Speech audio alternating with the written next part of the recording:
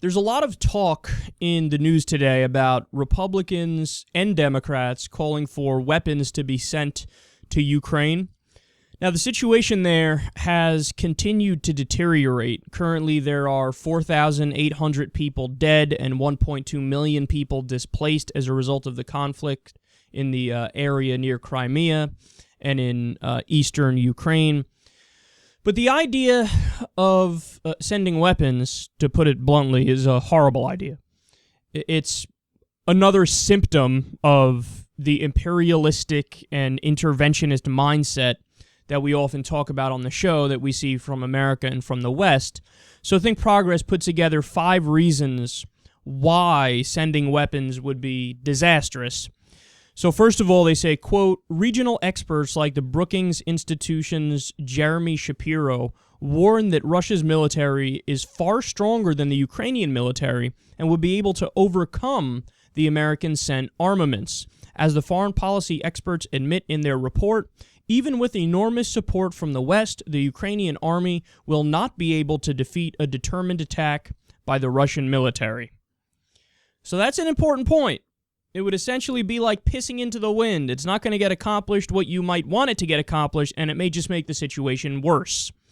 Number 2, they say, quote, though the administration is only considering supplying defensive weapons, the armaments could be used in an offensive manner or fall into the wrong hands. So just this past week, to give one example, a Ukrainian military official was arrested for espionage.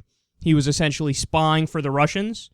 So the last thing you would want is to give weapons to a Ukrainian group that you turn out isn't even on the side that you think they're on.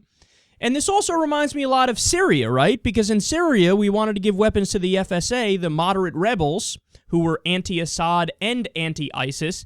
But it turns out that a lot of the people in the FSA defected to ISIS, and they started joining al-Nusra and all the jihadist groups because they thought they had a better chance of success fighting the Assad regime, and they have that common enemy in the Assad regime.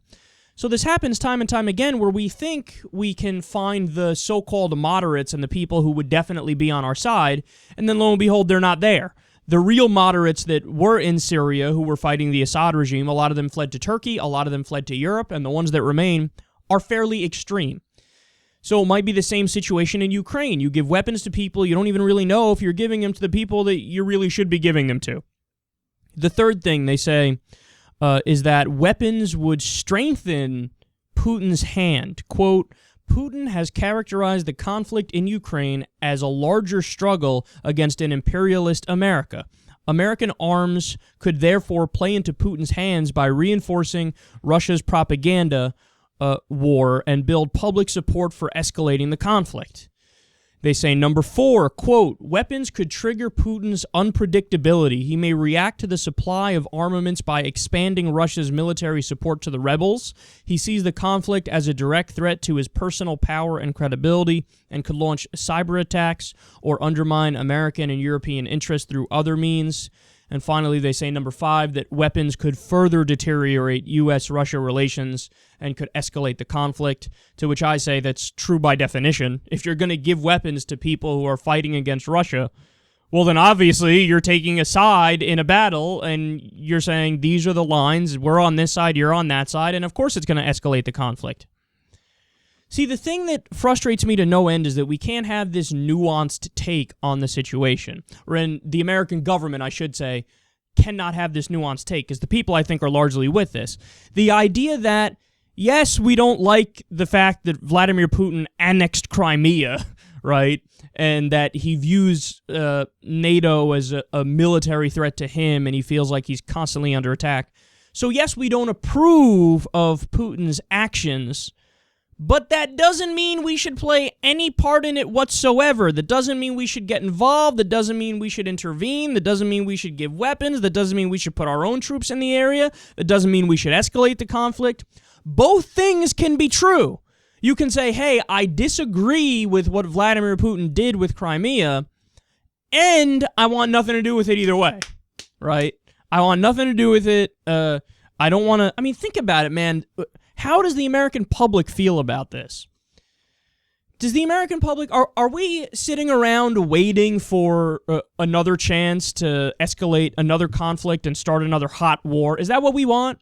Are we sitting around now going, Iraq wasn't enough, so let's go back in Iraq, let's continue to stay in Afghanistan, let's keep doing our drone strikes in Pakistan and Somalia and Yemen, but we need a bigger war. We need something along the lines of like a World War II-ish war.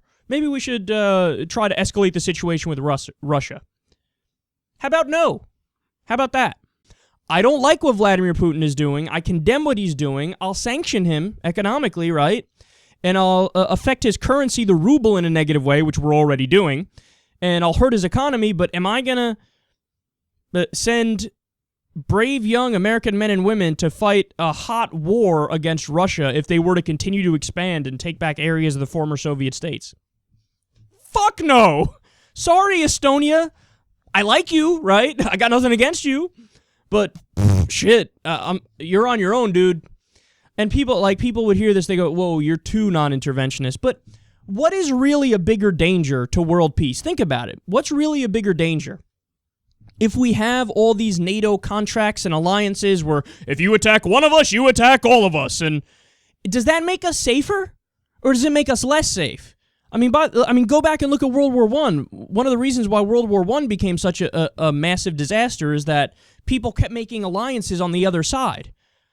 So whether it's Austria-Hungary aligning with these people or that country aligning with that country, and the next thing you know, everybody's fucking fighting each other, and everybody was drawn into it. Nobody even knows why the fuck they were drawn into it. And if you were to go ask a French soldier fighting in World War II, hey, why exactly are we fighting in this? They'd be like, some king, prince thing in Austria-Hungary, yada, yada.